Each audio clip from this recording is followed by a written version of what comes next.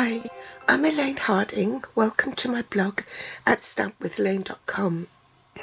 This is week 8 of 12 in my Christmas countdown series, and I've created an advent calendar with the Humble Home bundle, which has a punch that coordinates with it. And I'm also using the More Than Autumn stamp set and dies to cut out the gingerbread man for the gingerbread house and the candy cane. The inks I'm using are Tuxedo Black Memento ink, Versamark, Old Olive and Daffodil Delight, and I also need stamping blends in Real Red, Crumb Cake and Old Olive. I also use the Tools Editions embossing kit because you need to prevent static on your embossed images. I'm not actually going to run through how I made each house, but I'll talk you through it. The purpose of this video is really to show you how to make this box template. So you stamp the brick facade in Crumb Cake and the roof in Old Olive, punch out the little hearts from a strip of Real Red cardstock with the builder punch. There's a heart here. You stamp 6 windows in Daffodil Delight and then 6 doors in Old Olive, and then fussy cut them, and you can use the punch, this one here, to punch out the windows, but you need to fussy cut the door. I then stamped 6 wreaths using this stamp here and coloured it in with Old Olive and Real Red. For the gingerbread house, I white embossed that and then coloured in the windowsills with Real Red. Oops, and I forgot Daffodil Delight. I stamped the candy canes in Tuxedo Black Memento ink and just coloured the candy canes with Real Red. I also embossed the gingerbread man with this stamp here. To add a bit of colour, I just added them to his shoes and his hands. These are the peppermint dots. I think they're called Real Red and White Adhesive Back Peppermints, and I used the smaller of the 3 sizes. Once I embossed and punched out the house, I then coloured the roof in with the stamping blend. I also put dimensionals on the back of the candy cane and the gingerbread man and adhered it to the house like so. Then I stuck one of the peppermints over the heart on the door. For the 4th house design, I simply stamped the brick wall facade in Crumb Cake, punched it out with the Home Builder punch. I didn't do the roof because I just partially cut the roof. You don't have to go all the way in, you just go partially so that you can get the heart and the roof in. Found the centre and cut straight up to get the middle, and then you cut the roof line parallel to this roof line here and here, and then you get this, and put dimensionals on the back.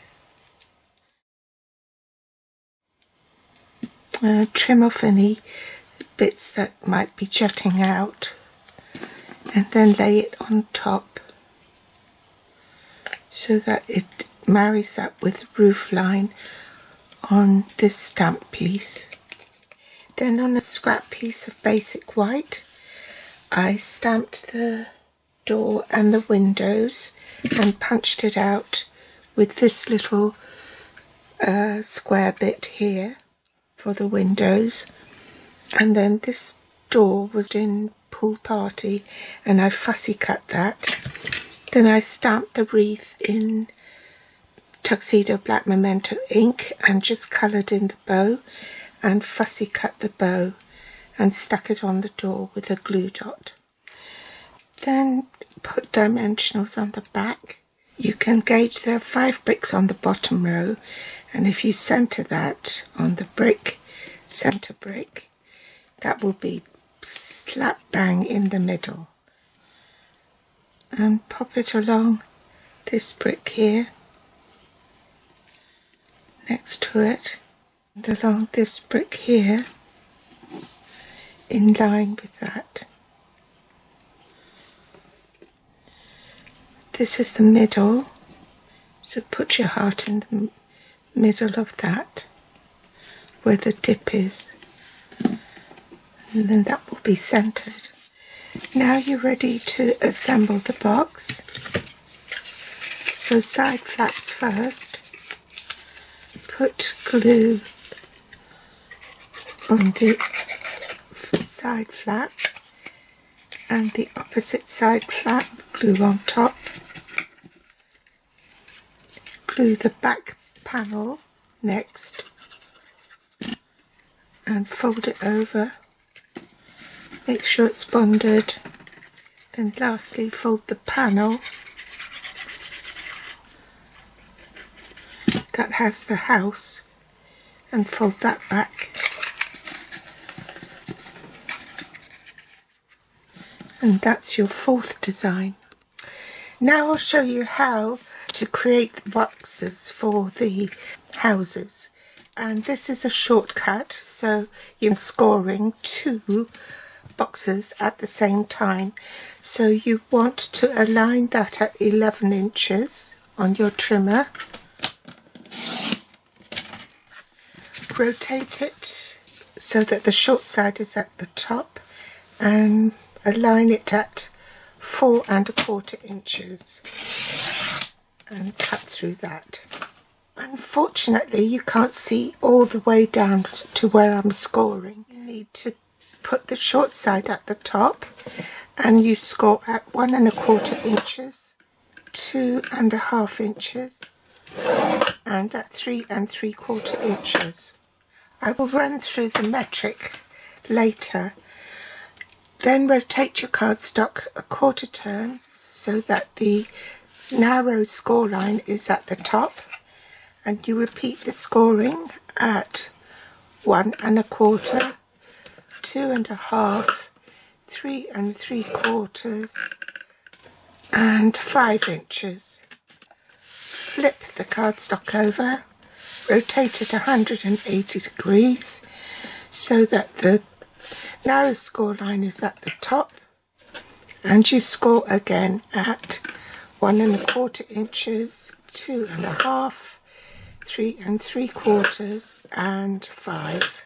Bring back your trimmer and align it at 5 1/2 inches on the left edge and cut. Now you have 2 pieces for your box, okay? For the metric I use the 12 by 12 inch sheets of paper. Cut it at 12 centimetres by 30.5 centimetres. Then I use the metric scoreboard conversion and aligned the left edge at the 12 centimetre mark and score at, I want to score it at 3.5, so that's at the 15.5 mark. Alright, then you score at 7 centimetres and at 10.5 centimetres.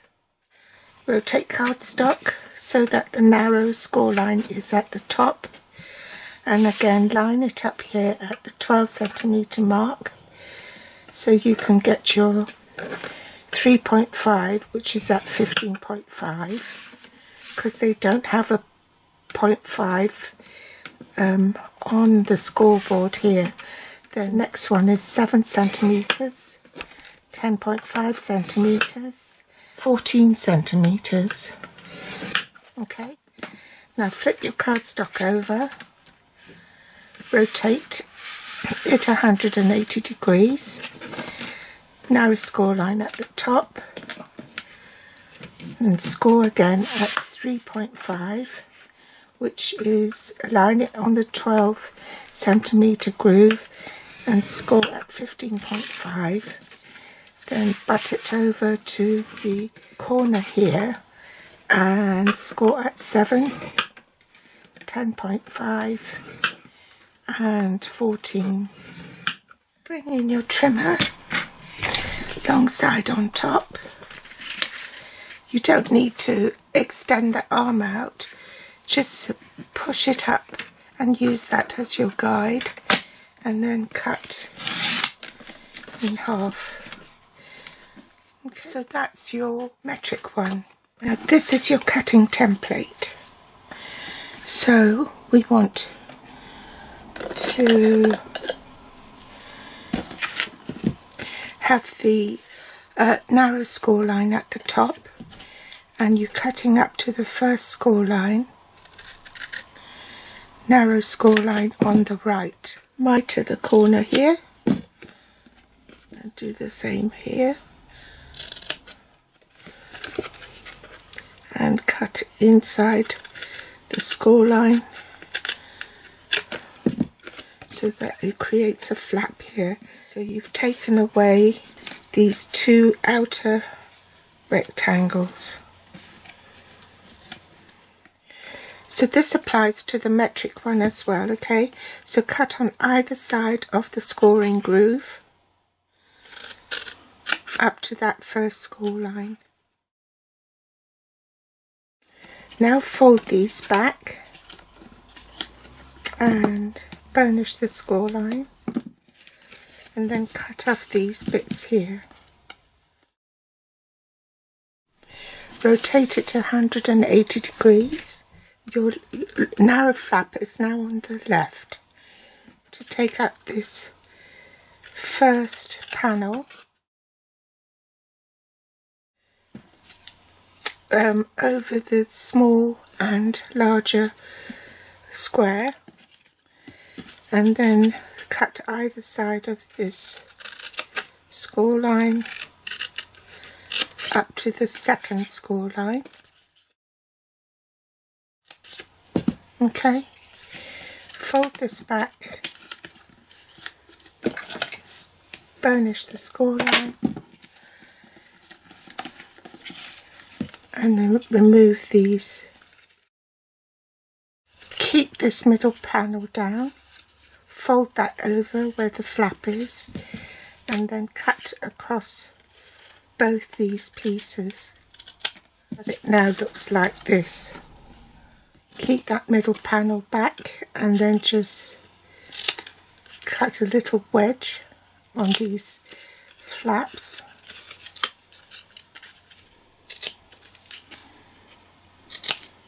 You need 2 punches which have already retired. The 1/2 inch circle punch and the corner rounder punch. You want to corner round this flap here.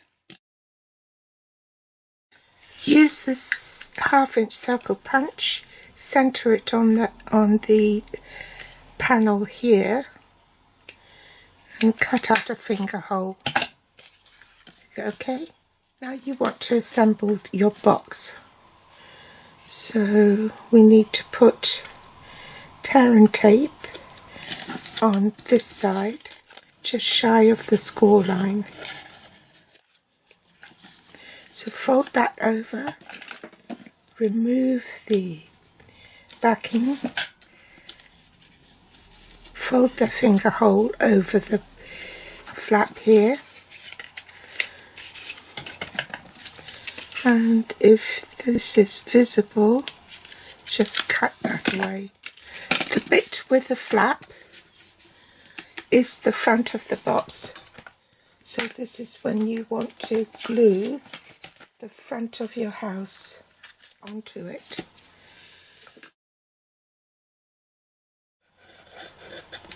It's easier to glue when it's flat.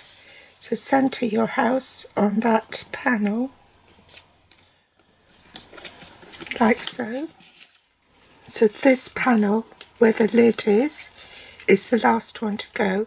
So you want your side panels first. So pop a bit of glue there. Make sure that's bonded. This is the last, so glue the back one.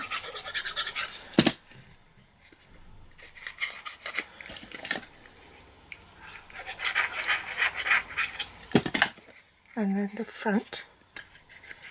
And there you have it. There's your box completed.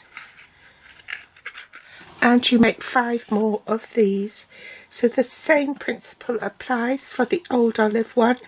So construct your boxes just as I showed you for the crumb cake and also for the real red. The pool party. Then you put your houses out in the 4 different colours and then number them. I couldn't decide whether to have them this way round or this way round. I decided to have it this way round so that it would be easier to see on the top of the boxes. It's best to lift the box lid up like so, so you've got something to push against. Now go and do the rest off camera and I'll be back. So there's my advent calendar all finished, and I put it on a cake stand. You see it on my blog because obviously I can't do this on the video. So I hope you enjoyed today's project and I'll be back with more inspiration next time. Thanks for watching.